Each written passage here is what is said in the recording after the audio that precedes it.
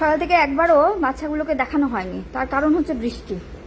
বৃষ্টিতে নাজেহাল অবস্থা, তারপরে কিছু মানুষের উৎপাত, সেটা তো সবসময় লেগেই থাকে মানুষের উৎপাত আমার সঙ্গে। যেরকম বলি যে দুর্গাপুর থেকে একটা কল এলো, ট্রেনে অ্যাক্সিডেন্ট হয়েছে, একটা বাচ্চা রেল লাইনে পড়ে আছে। তা আমি বললাম ঠিক আছে, আমি গাড়ি তো পাঠাবো, কোনো ব্যাপার না, কিন্তু আগে রেল লাইন থেকে ওকে পিক করে ওকে একটা ভালো জায়গায় রাখো, রেখে আমায় কল করো যে হ্যাঁ দিদি ওকে একটা প্রোটেক্টেড জায়গায় রাখা রয়েছে, কুটকুটি আপনি আসুন ওকে নিয়ে যান। নিশ্চয়ই আমি গাড়ি পাঠাবো এবং নিয়ে আসবো, তার জন্য কোনো পয়সা চাইবো না। কিন্তু ওকে রেল লাইনে ফেলে রেখে ফোন করলে তার কি মানে? এখান থেকে 4 ঘন্টা 5 ঘন্টা লাগবে দুর্গাপুরে গাড়ি যেতে।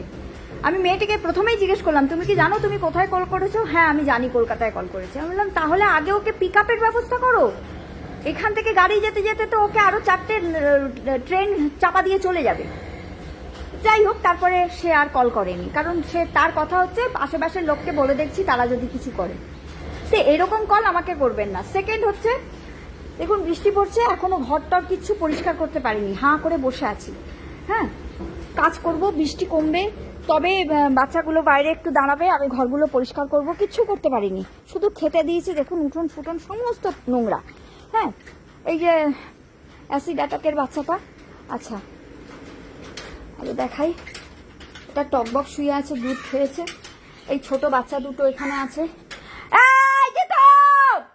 জ্বালিয়া খাচ্ছে জ্বালিয়া খাচ্ছে, এখানে এরা শুয়ে আছে। আর যাও, পাগল করে দেবে, পাগল করে দেবে আমাকে। এখানে এই ছোট্ট বাচ্চাটা যে রাত্রি 12:30 এসেছিল। যাই হোক, আরেকটা কথা বলবো যে বিভিন্ন কায়দায় আপনারা কি করছেন, আমার শেল্টারে সুস্থ কুকুর পাঠানোর চেষ্টা করছেন, বিভিন্ন রকমের ন্যাকামি আপনাদের, আমি এগুলোকে ন্যাকামিই বলি। বিভিন্ন ন্যাকামি, কুকুরটাকে মেরে ফেলবে, কুকুরটাকে বিষ দিয়ে দেবে, কুকুরটাকে অন্য ছেলে কুকুররা বিরক্ত করছে, এই করবে সেই করবে তাই করবে, নাটক। আমার এই শেল্টারটা না এমনিতেই প্রচুর কুকুরে ভর্তি, তারপরে যদি আপনারা সুস্থ কুকুরগুলো বিভিন্ন কায়দায় আপনাদের ঘাড় থেকে আমার ঘাড়ে চাপাতে চান, মানে আপনার পাড়া থেকে বিতাড়িত হয়ে গেল, মানে আপনার ঘাড় থেকে নেমে গেল। এবার শম্পা মুখার্জি বুঝুক, শম্পা মুখার্জির ঘাড়ে না এত দম নেই, এত দম নেই শম্পা মুখার্জির ঘাড়ে যে সুস্থ কুকুরগুলোও রাখবে। এখানে রাস্তার কুকুররা থাকে, রাস্তার অসুস্থ কুকুররা, অপাহিজ কুকুররা, অ্যাবান্ডেন্ট কুকুররা থাকে। এবার আপনি বলবেন এই হাস্কিটা কি রাস্তার কুকুর, এই ল্যাব্রাডারটা কি রাস্তার কুকুর, ডালমেশিয়ানটা কি রাস্তার কুকুর, পিটবুলটা কি রাস্তার কুকুর? না, রাস্তার কুকুর এই এই জিতু, এই রমি, এরা সবাই রাস্তার কুকুর আমার কাছে। আপনার কাছে নাই হতে পারে, আমার কাছে কিন্তু এরা রাস্তার কুকুর। তার কারণ জিতু দুষ্ট মেয়ে, তার কারণটা আমি বলে দিচ্ছি। রাস্তার কুকুর কিন্তু একটা নির্দিষ্ট ব্রিড নয়। রাস্তার কুকুর কারা? যারা রাস্তায় থাকে, যাদেরকে রাস্তায় পাওয়া যাচ্ছে, রাস্তা থেকে আনা হচ্ছে আমার কাছে, তারা রাস্তার কুকুর। যেমন লাকি, ও আমার কাছে আর বিগেল নেই, ও আমার কাছে রাস্তার কুকুরই, কারণ ওকে রাস্তায় পাওয়া গেছে।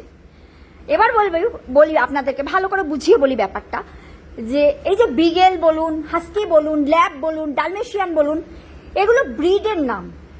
তো আমাদের রাস্তায় যেগুলোকে আপনারা স্পেশালি রাস্তার কুকুর বলছেন, তারাও একটা ব্রিডের ডগ।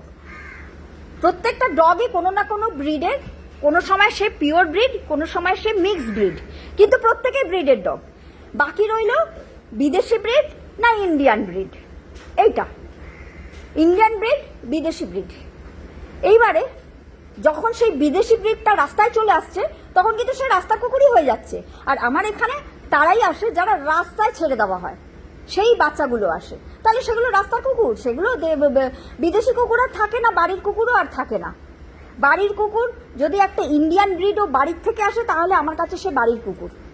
আর একটা বিদেশি ব্রিডও যদি রাস্তা থেকে আসে, তো আমার কাছে সেটা রাস্তারই কুকুর। সে আর বাড়ির রইল কোথায়?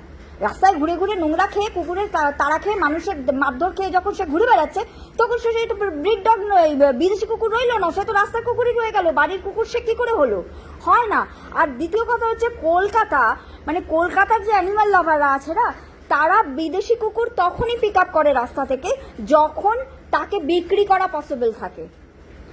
একটা বিদেশি কুকুর তখনই পিক আপ হয়, কথাটা শুনতে খুব খারাপ, যখন তার বয়স কম থাকে, যখন তাকে দেখতে সুন্দর থাকে, তখন তাকে পিক আপ করবার জন্য দেখবেন 100টা টিম পৌঁছে যায়। কিন্তু এই জিতুর মতন কুকুর, বা আমাদের লাকির মতন কুকুর, বা এই স্পিচটা বনগায় ঘুরে বেড়াচ্ছিল, বা রমি, এদের জন্য কিন্তু কাউকে খুঁজে পাবেন না। কেন? এরা অসুস্থ, রোগা, প্যাংলা, বয়স হয়ে গেছে। এদের জন্য কোনো অ্যানিমাল লাভারকে পাবেন না। ফেসবুকে পোস্ট হবে, সেই পোস্টের 2 লাখ শেয়ার হয়ে যাবে, 2 কোটি কমেন্ট হবে, প্লিজ হেল্প, প্লিজ তুমি দেখো, ও ওকে ট্যাগ করবে, তুমি দেখো, সে দেখো, রাস্তাতেই পড়ে থাকবে। সে কিন্তু শেল্টার পাবে না। তাকে নেওয়ার জন্য কিন্তু অ্যানিমাল লাভারদের মধ্যে মারামারি, ঘুরোঘুরি, প্রতিযোগিতা শুরু হবে না। যখন সেই ব্রিড ডগটা একটা অল্প বয়সী ব্রিড ডগ হোক, সেটা রাস্তায় থাক বা লোকের বাড়িতে,